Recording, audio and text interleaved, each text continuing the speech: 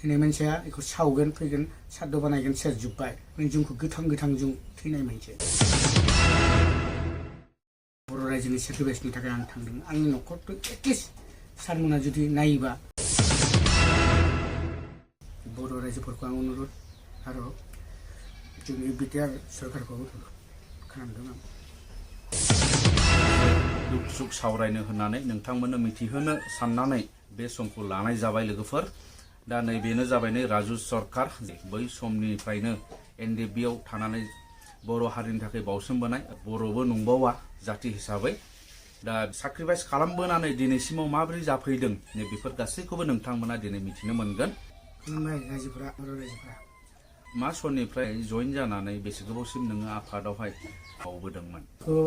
2005-6 लानाय समाव आं इसोरजों गिदिंदों बिसफ्रामाव थाबायदों मालाबा गारि माफोर नांगौबा बयबो जों थाबाय थायो मोजां मोनो आं बर' हारिखौ माने इसोरो बहुत मोजां साननानै आं इसोरजों गिदिंदों थादों मालाबा इनकामबो जादों सोरबानि न'खराव सोरबा जों लोगो जानाय हिसाबै थादों नाथाय बेनिफ्राय आंबो सानाखै जे इदि खालामनो हागोन बेनिफ्राय लासै आं आफादावथ' लायाखै अभार ग्राउन्ड हिसाबै लादों थ' आरो आं ट्रेनिंबो लाना जायाखै आं इसोरजों थाबायदों जिखियानो जाया मानो मोनसे केसनि थाखाय जेन'बा जोबथेसालियाव थांनांदों ना जोबथेसालियावहाय बेसे गोबाव बायदि थानो गोनां जाया मा बुंनो बेखौ गभर्नमेन्टसो मिथिखागोन आंलायथ' जेबो मिथिया जेलनि सोमोन्दो दा जेलावथ' आंनिया 12 बोसोर 7 मासल' जादोंमोन आं बेल मोनदों बेलाव आं फैदों बेलाव फैनायनि आं फिसा खामानिखौ मावबाय थादोंमोन निजुग न'खरखौ मालाबा बाजार खालामनो हाया मालाबा थाव लाबनो हाया मालाबा बहुत बुस्थु लाबनो हाया थ'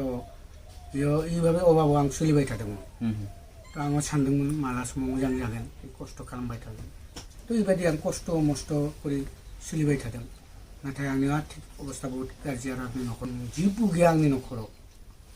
बयबो आंखौ सोङो नों जेहेतु गिदिर आफादजों थादों नोंनियाथ' बहुत न'खरा हायफाय थानांगौ होनदों नङालै आंनो सानसेल' जागोन इसोरा होगोन ना आंखौ आं बेबायदि मानसिखौ बुजायो गतिके बेबायदि दुखु जानानै थायो आं मालाबाव रावबोजों जेबो बुङा दाख्लै आं इसोरजों बुंदोंमोन हठात आंनो बिखा नांगोन आं थैगोन ना मा खालामगोन ओरै सानना जादों फाग्ला जाबाय आं नाथाय बुङो आरो जों बिटिआर एकर्ड हिसाबै जाहाथे सारमोना जुदि अनो जोंखौ लाबोनायनि थाखाय सेस्था खालामोबा आं बयबो जों रिकुवेस्ट थाबाय सारमोनखौ आंनि न'खरखौ हायोबा नाय आरो आंनि न'खरखौ नायनाय हिसाबै जों आं गुबुन हारि हिसाबै बर'नि अर्गानाइजेसन हिसाबै आं खामानि मावदों बा मावाखै बा बर' रायजोनि सेक्रिफाइसनि थाखाय आं थांदों आंनि न'खरखौ एटलिस्ट सारमोना जुदि नायोबा बिटिआर गभर्नमेन्टनिफ्राय आं बहुत माने मोजां मोनगोन आरो जेनेबा आंखौ नायदों खिन्थु बहुत मानसि आंखौ सोङो गुबुन हारिफोराव जे नोंलाय बेबायदि सोलिदों नोंनि अबस्था बेनिफ्राय हायफाय थानांगोन नङाले जागोन सानसेयाव आं खामानि लादों आखायाव किसुमान मानसिफोरखौ आं थगायो माला नङाले आं खामानि लादों आं खामानि मावनायनि उनाव आं न'खरखौ बानायगोन उफाय गैया आं माथो खालामगोन आंखौ बहुत मानसिया बहुत एन्सार होयो आं फाग्ला बादि जायो माला मा खालामगोन ओरै जाखायो दा जेबो नङा बेखौ सानाखै दा जेल जानायनि थाखाय आं रेडि जाना दङ जि समाव कागजआ सफैगोन आं लगे थांखागोन आंनि मथे आं सोलिगोन आंनि हिसाब मथे आंबो थागोन खिन्थु मोनसेल' बर' बिटिआर रायजोफोरखौ बयबोखौ आं अनुरोध खालामो बयबो सापर्टार खालाम जोंखौ नाजाब बयबो जे दिनै दावरा खालामदों गाबोन खालामा बेबायदि नङा समफोर नांबाय था जोंखौ शान्तिनि गेजेराव लाबोनायनि थाखाय जाहाथे खुनु बिपद आपद जानाङा बयबो मोजां जाहाथे जोंखौ अननानै लाबोनो हायोबा जोङो बहुत मोजां मोनगोन जोंथ' थैनाय मानसि सासे मानसिया थैबा बहुत मोजां मोनो थैनाय मानसिया बेखौ सावगोन फैगोन साद्द बानायगोन सेरजोब्बाय जोंखौ गोथां जों थैनाय मानसि ना न'खरखौ मोजां रायज्लायनो मोनो जेदो माला समाव सत रायज्लायना होयो माला समाव मुंनि थाखाय लोगो हमनो हाया माफोर जों बहुत खस्थ' मोनबाव जों जेबो दुखु खालामाखै दे जों बर' रायजोफ्राथ' मोजां थागोनथ' जों खस्थ'खौ जेबो नङा आं माला बुंखायो जोंनि बिखायाव अन्थाइ बादि दोनना लाखिदों जोंनि बिखायाव जेबो दुखु गैया बेखौनो आरो बेनिफ्राय आं बारा बुङा बर' रायजोफोरखौ आं अनुरोध आरो जोंनि बिटिआर सरकारखौ खालामदों आं बेनि न'खरखौ नाय नोंसोर अनुरद नोंसोरनो आरो आं जेबो बुंथ'ला हाया बास जि समाय लांगोन आं थांगोन मोजाङै थागोन आं टेनसन गैया साननैसो फैनायनि थाखाय एसे दुखु जादों आरो आं बेबो जेबो नङा मिनिनानै थांगोन आं बेनिफ्राय आं जेबो बुंनो हाया आं बेनिफ्राय आसामनिखौ खुलुमबाय सोरबानि हाजिरा मावगोन हिन्जावा सोरबानि खामानि थुसि सुना जानांगोन दा उफाय गैया रावबो दुखु जायाखै नाथाय जों रायजोफोरा मोजां थाबानो जागोन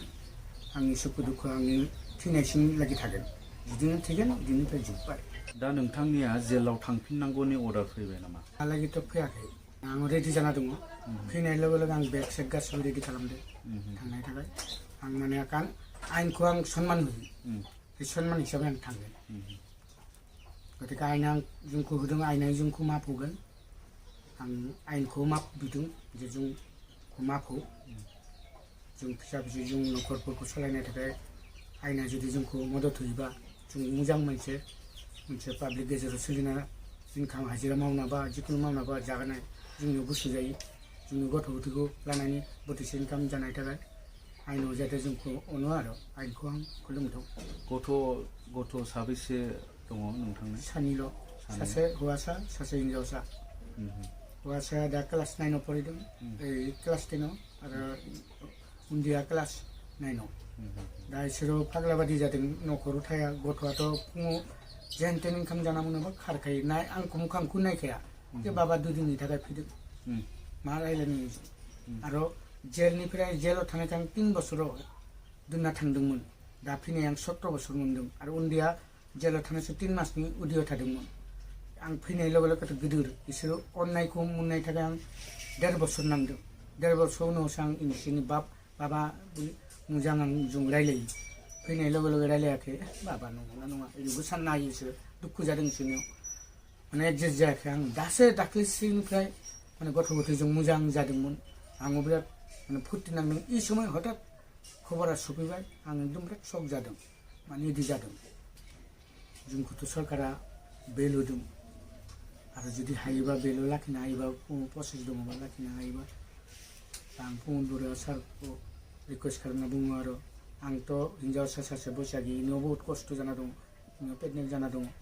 गतिके नाथाय इयाव बहुत खस्थ' मोनगोन जुदि हायोबा सरकारा माबा मोनसे केटेगरि दङबा जोंखौ बेल लाखिनाय जोंथ' आयेन बादि थागोन आयेन बादि रुलखौ मानिगोन जेबो गाज्रि खामानि मावाखै आरो मावनो नागिराखै बेयाव फैनाय लोगो लोगो आं फिसा फिसा खामानि मावो सोरबा बाला नांगौबा आं अर्डार लायो 200 100 करि मोनो बेबायदि आं सोलिबाय थादोंमोन आरो आं माथो बुंनो आरो बेनिफ्राय बुंनो आरो जेबो भाषा गैया बेनि थाखाय खुलुमबाय